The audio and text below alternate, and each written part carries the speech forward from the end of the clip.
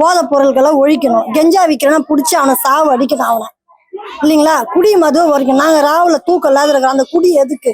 சாவட்டும், அவனுங்க குடி இல்லாத சாவட்டும். வரும்போது வணக்கம்மா உங்களுக்கு பட்டா கண்டிப்பா உண்டுன்றாங்க. அவங்க வந்துட்டு போன பிறகு அவங்க ஒரு மீட்டிங் போடுவாங்க. போட்டுட்டு நீங்க ஓட்டு போட்டதுக்கு நன்றி, அவ்வளவுதான் முடிஞ்சிச்சு அவங்க வேலை.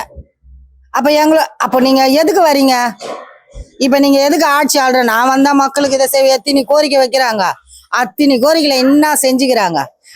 ஒன்னும் இல்லை, அந்த பஸ் இலவசம்னு கொடுக்குறாங்க. முடியாதவங்களும் உண்டு, முடியறவங்களும் உண்டு. அந்த ஸ்டாப்பிங்ல நிறுத்த மாட்டாங்கம்மா, ஏன்னா நாங்க ஃப்ரீயா போறோம்மா. புரியுதா? ஃப்ரீயா போனா ஓடி போய் ஏறணுன்றாங்க. ஒவ்வொரு நேரம் நிறுத்தவே மாட்டானுங்க. அப்படி நிறுத்தி ஏறினா அது மூஞ்ச பாரு.